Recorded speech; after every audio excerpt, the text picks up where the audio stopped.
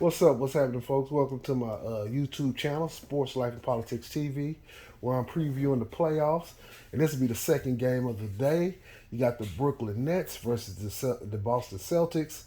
This is going to be a dandy.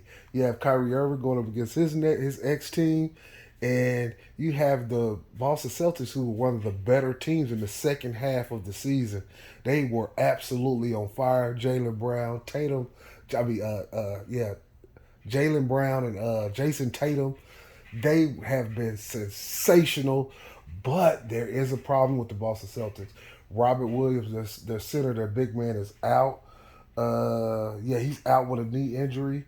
Let me go over the injury report. Ben Simmons is out. They say Ben Simmons might come back game 4.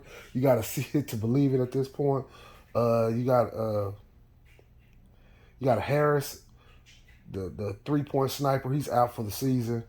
So it's really only 2 injuries, and Ben Simmons might come back. I don't know how long Robert Williams is out, but but he's most definitely not playing in these first couple games. Let me go over the season performances. The Brooklyn Nets finished as a 7th seed.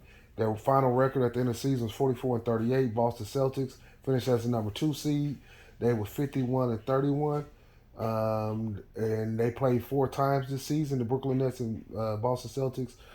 Boston dominated in the regular season, 3-1, but that could be a little tricky because remember Kyrie Irving was out for a while with COVID, or not out with COVID, but out because he didn't get the jab. Kevin Durant was in and out of the lineup, or he was out with a calf strain. Same similar injury to Luka. I don't know as far as severity wise, but similar injuries. So he was out for like almost 2 months. So the record could be a little bit, it could be a little bit up in the air on exactly what they're 3-1 better than the Brooklyn Nets in the regular season. We don't know, but we will find out because both teams are relatively healthy. Go over the season statistics. Brooklyn finished ninth in the NBA in scoring at 112 points a game. The Boston Celtics was 12th at 111 point differential per game.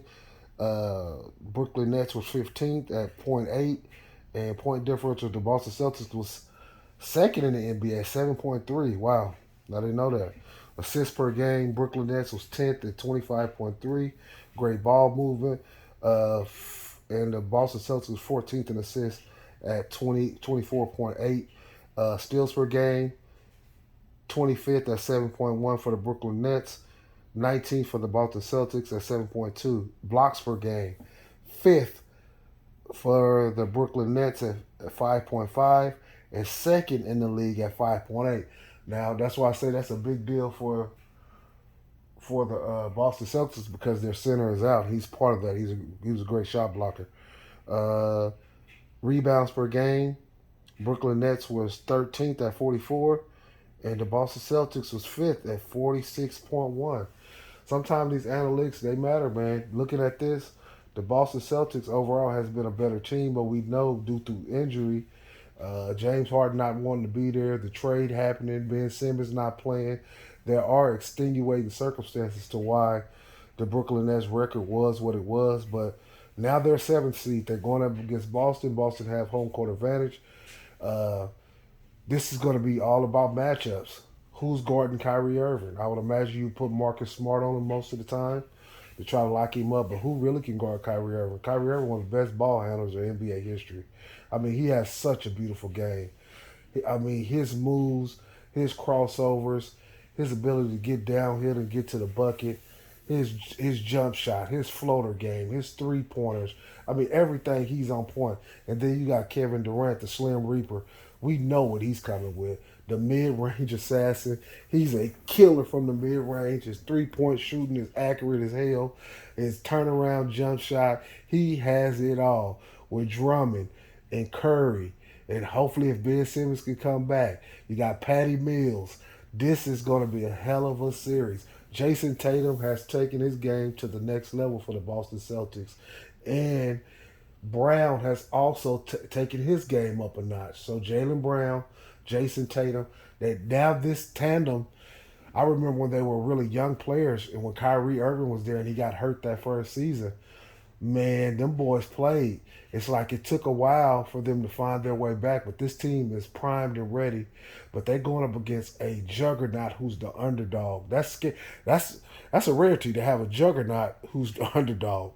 And Kevin Durant and Kyrie Irving, they have and the ancillary players, the role players, and the players that's around Kevin Durant. Them guys can play, man.